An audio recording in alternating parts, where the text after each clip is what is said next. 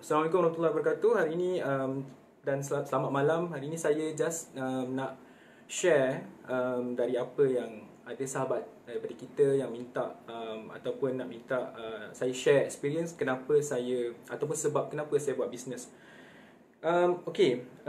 Saya dalam bisnes ni sebenarnya daripada saya kecil lagi sebenarnya, daripada sekolah rendah kan. Kalau yang dah biasa-biasa dengar apa tu hari kantin sekolah dulu kan, kat sekolah rendah tu saya memang sangat suka lah, tak sabar nak tunggu hari kantin sekolah tu. Kat situ lah kita start niaga kan, pakai kupon kan, kita tukar-tukar dapat untung. Lepas tu kita daripada keuntungan tu saya boleh beli apa tu tiket untuk baling tin. Memori yang sangat indah sebenarnya. Dan bila saya sekolah menengah, saya macam stop sikit lah buat bisnes-bisnes ni sebab maybe nak fokus saya punya apa tu pembelajaran lah kan. Tapi bila saya di universiti, saya start balik. Masa kalau siapa yang ikut saya punya live sebelum ni, saya dekat Kuito dulu kan, dekat College University Tunisia On, saya start balik bisnes saya. Bukan bisnes lah, saya start minat saya dalam bisnes ni di universiti. So maknanya sebab apa saya ni buat bisnes ni, sebab memang saya minat. Again lah, dia related dengan apa yang banyak saya share dalam posting Facebook kan.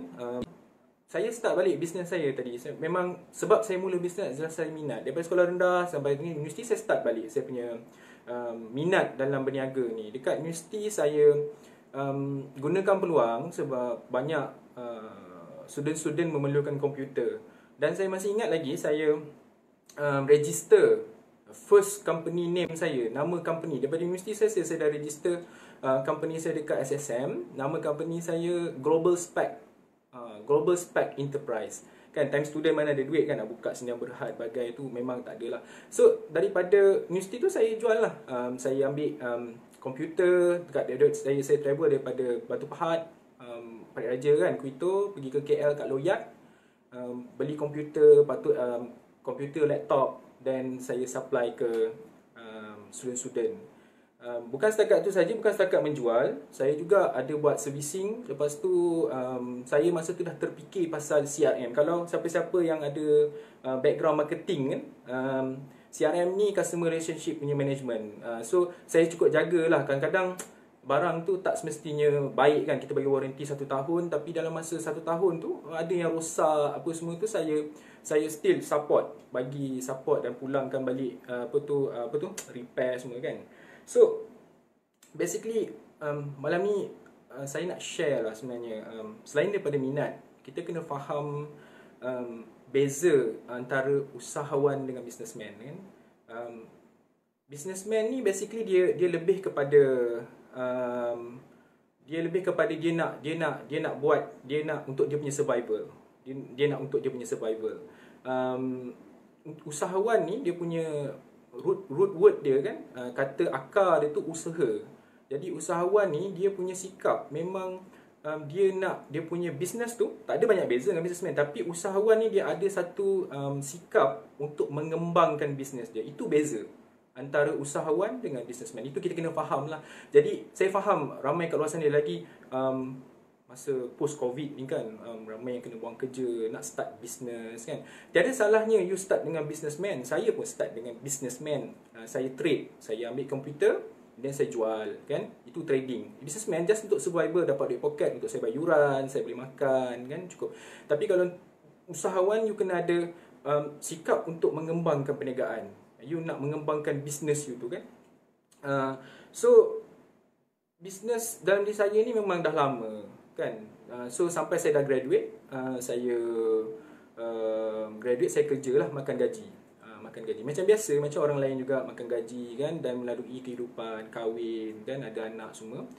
Tapi kalau siapa-siapa yang ikut live saya yang sebelum ni, saya menjadi lebih serius untuk buat minat saya ni jadi serius bila saya pulang daripada luar negara, yang mana saya lihat luar negara ni banyak benda yang Malaysia ni boleh buat tapi tak ada orang buat. So kalau daripada live sebelum ni, memang saya jumpa kawan-kawan saya balik, saya set up company Recove Group Sdn Bhd. Jadi bila kita daripada makan gaji ni, kita kita nak pindah kepada jadi usahawan yang mana dia punya pendapatan tu belum terjamin, orang kata kan, belum terjamin, maknanya ada risiko. So bila ada risiko ni, sebab saya dah biasa dengan project management kan, saya dah biasa main project. Bila bercerita dengan risiko ni, cara kita untuk menangani risiko atau mengawal risiko, kita kena ada plan, risk management plan, okay? Plan pengurusan risiko. So antaranya plan pengurusan risiko ni, kita macam tadi kan, kita nak switch daripada pendapatan tetap nak kepada pendapatan yang kita tak pasti kan. Jadi saya start menyimpan kan, kita buat modal sikit. Ada setengah orang yang cakap ada bisnes yang tak perlu modal. Betul, saya setuju, sebab macam dropship kan. So siapa yang dekat post covid ni, kalau nak berjinak dengan bisnes ni yang takut sikit nak ambil risiko, you boleh start dengan dropship kan. So you jual produk orang dulu, then orang tu akan uruskan perhantaran. You just cari customer saja, dan you dapat untung dia punya kontra tu kan. Itu yang paling boleh start macam tu.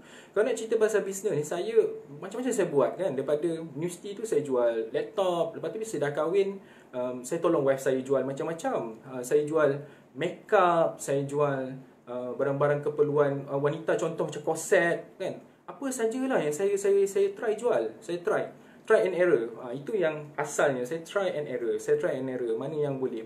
Tapi bila saya dah banyak travel kan, saya kurang sikit, dan by the end of the day, because of the minat saya untuk lebih kepada teknologi, maka saya tubuhkan Recof Group Sdn Bhd, yang mana fokus untuk buat teknologi. Jadi masa saya buat tubuhkan Recof Group Sdn Bhd ni, ada benda yang macam kalau siapa tengok live saya sebelum ni, sebenarnya bisnes ni banyak sisi yang kita kena consider kan. Kalau macam saya nak memula ni, teknologi ni besar kan. Kita banyak F&B boleh, oil and gas, macam saya background oil and gas dalam industri. So banyak industri yang kita boleh masuk untuk start, macam oil and gas, food and beverage, contoh lagi apa, FMCG. Siapa yang marketing FMCG ni, fast moving consumer goods kan, benda yang orang grab. Macam pergi 7-Eleven kan, ada air tu, itu fast moving consumer goods kan. Orang ambil, tak perlu macam nak tunggu masak dulu apa semua. Itu dia panggil fast moving consumer goods. Lepas tu saya dan rakan-rakan saya, kita evaluate setiap industri kan. Sebab teknologi ni berada di mana-mana. Di food industry pun ada, dekat oil and gas ada, FMCG pun ada di mana-mana. Jadi by the end of the day, untuk mengurangkan risiko, sebab kita start kan, kita baru nak start, senantiasa startup lah. Saya ni bukan orang senang, mak bapak saya bukannya orang kaya kan. Jadi kita sebagai startup ni, kita perlu pilih satu industri yang low risk. Okay? So macam mana kita nak tahu dia low risk? Kita kena cari niche. Maksudnya niche ni satu market yang unik lah kan. So kita evaluate banyak industri. By the end of the day, kita pilih medical industry. Sebab apa? Medical industry ni is very complicated dan juga susah nak buat. Tak ada orang nak buat kat Malaysia ni, kurang kan. Sebab contohlah hari tu masa Covid, kita ada nampak yang terowong sanitasi tu kan. Terowong sanitasi tu, by the end of the day, KKM cakap benda ni tak boleh, sebab tak proven by scientific. Cakap benda ni boleh membunuh bakteria 99% for example kan.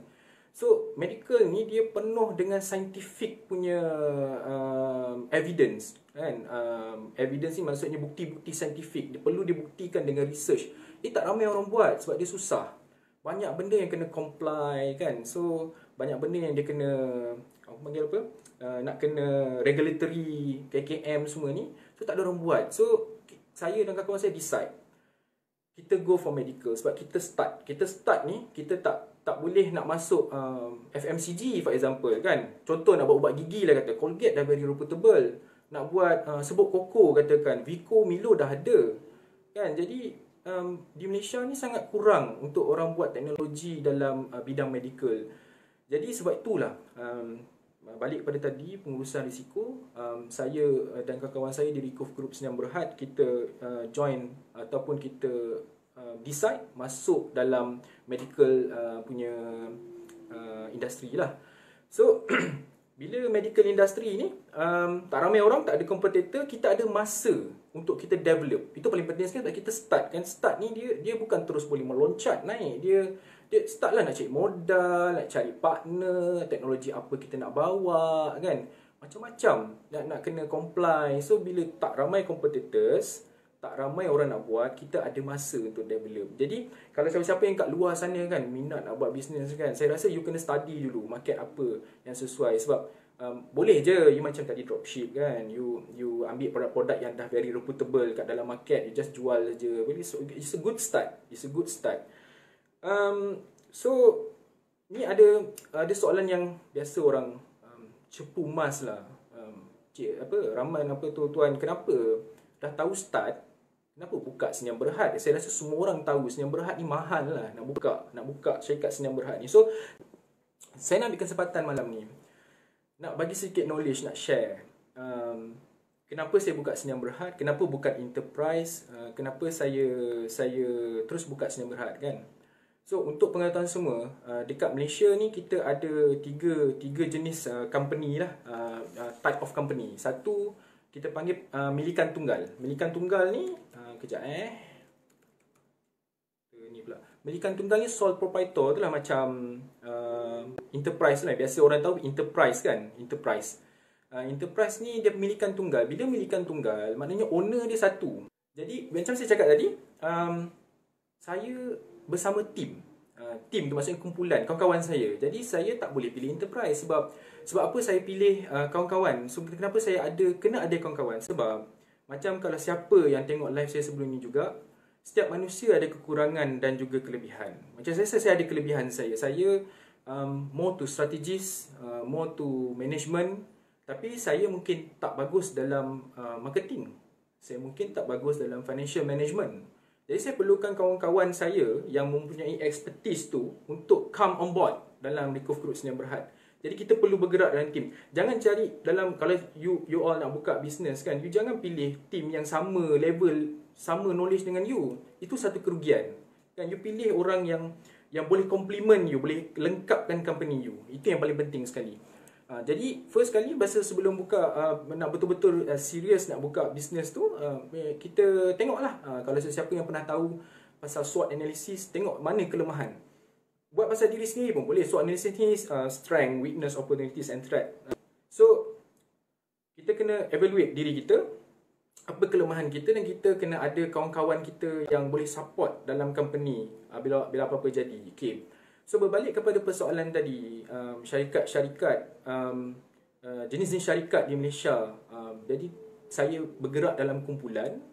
Jadi saya tak pilih lah enterprise tadi tu, sole proprietor, sebab dia milikan tunggal. So milikan tunggal ni seorang je boleh kan.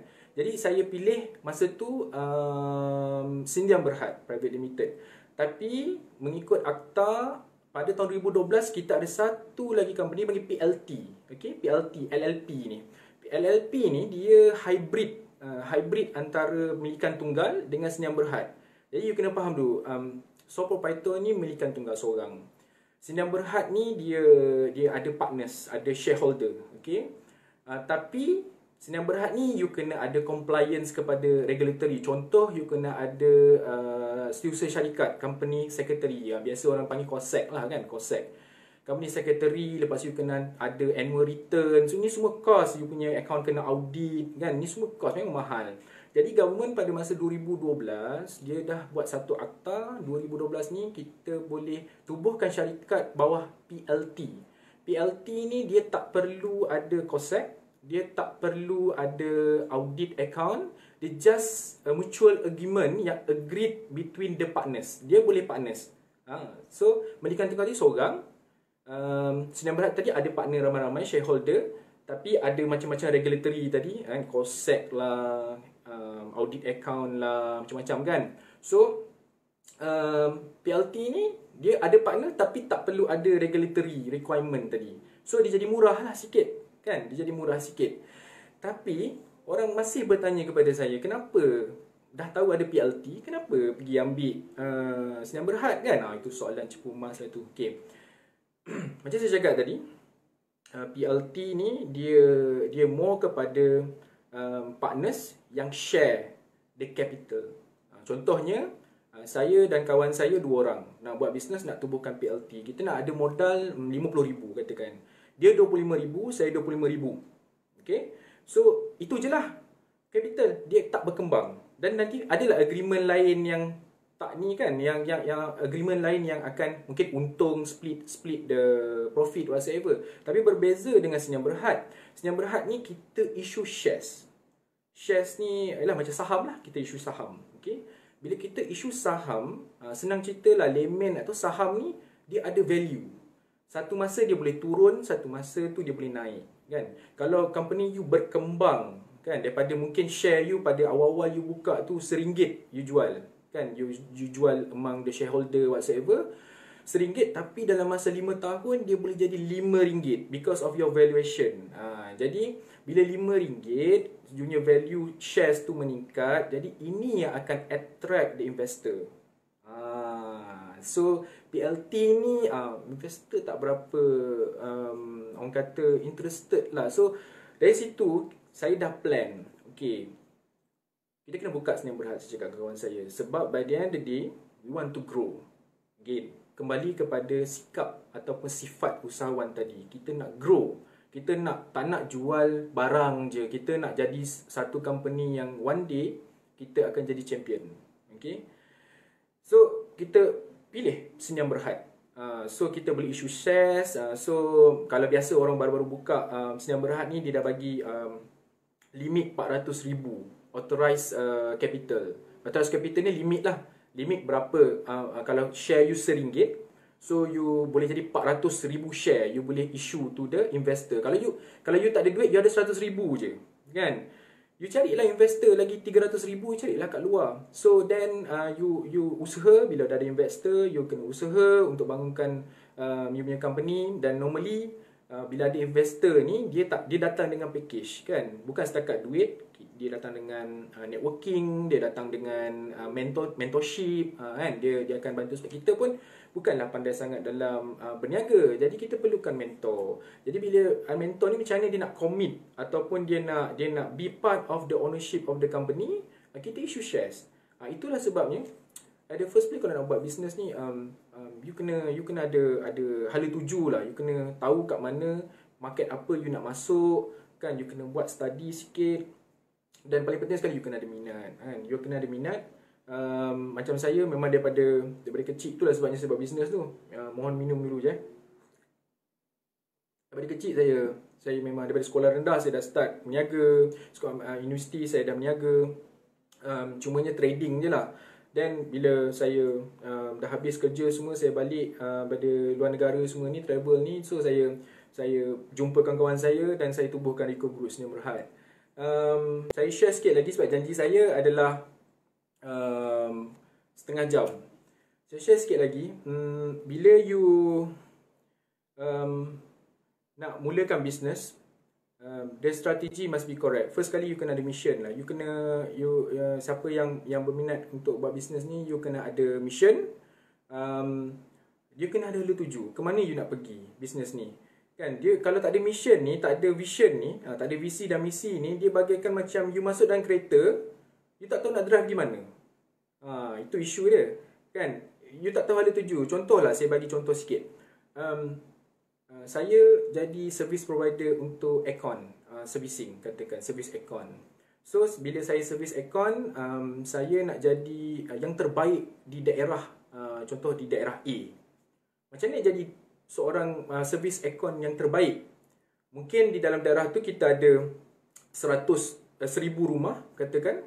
Daerah lah, zone lah, daerah tu besar sangat. Zone ni 1000 rumah. Dan saya nak jadi yang terbaik, mungkin saya tackle dalam 40% daripada rumah, maknanya 400. Jadi kita dah ada target, kita nak jadi yang terbaik dalam masa 2 tahun. Jadi kita target lah 400 tu 200 setahun. Jadi kita work towards that lah. Itu yang paling penting sekali. You kena ada first ada misi dan visi. Bila you ada misi dan visi tu, then you ada hala tuju, dan itu yang akan drive you. Banyak sebenarnya nak cerita pasal bisnes ni. Daripada you start buat strategi tadi, you ada misi dan visi. Lepas tu dari segi marketing macam ni nak buat untuk F&B lain, untuk FMCG lain, untuk medical device ni lain, marketing. Lepas tu financial management, macam mana you nak pastikan, macam tadi saya cakap, nak jump daripada you makan gaji pergi ke bisnes kan. You kena pastikan yang mana apa motivasi you nak buat bisnes ni. By the end of the day, you kena dapatkan you punya pendapatan lah. Contoh kalau sekarang ni you kerja, you dapat RM1,000 sebulan, setahun is RM12,000 kan. Bila RM12,000 ni, macam ni nak pastikan dalam setahun tu you dapat RM12,000 dengan perniagaan you ni. So kita kena ada break even analysis. So ada calculation dia, break even analysis kan. Ada orang tanya saya, break even ni maksud dia tak balik modal, tak untung, tak rugi. Jadi buat apa buat bisnes kalau tak untung? Itu soalan yang biasa orang tanya saya lah kan. Kalau tak untung buat bisnes, baik tutup je kerja makan gaji. Saya cakap bila break even maknanya segala kos bisnes dan juga pendapatan you telah di cover oleh bisnes you sendiri. Jadi you nak proceed ke tak proceed? Kalau saya proceed. Sebab itu saya punya minat kan. Kalau saya punya minat, dan proceed. Of course lah. Selepas buat break even analysis, dan kita kena monitor cash flow. Banyak lah, insyaAllah. Kalau saya ada masa, kalau ada kelapangan, saya akan share macam mana nak buat break even analysis, macam mana kita nak start dengan SWOT analysis. Kita nak tengok, kalau siapa yang tahu 5 Porter's competitive advantage punya analysis, macam-macam. Teori is teori saja, nak bagi knowledge lah. Teori is teori. By the end of the day, diri kita yang akan execute benda ni kan. Okay guys, terima kasih banyak semua. Maaf mengganggu masa you all. So diharapkan kita akan jumpa lagi dalam live yang akan datang. Kalau nampak macam ni punya sambutan, saya rasa saya sangat gembira lah. Saya memang sangat suka kalau dapat bagi knowledge ke orang kan. So saya boleh kongsi-kongsi dengan orang lain. So okay, jumpa lagi. Selamat malam. Assalamualaikum. Semoga malam ni semua orang akan nyenyak tidur lah. Doakan saya akan sentiasa cerdas minda untuk saya terus berkongsi dengan anda semua lah. Baik, terima kasih semua. Assalamualaikum warahmatullahi wabarakatuh.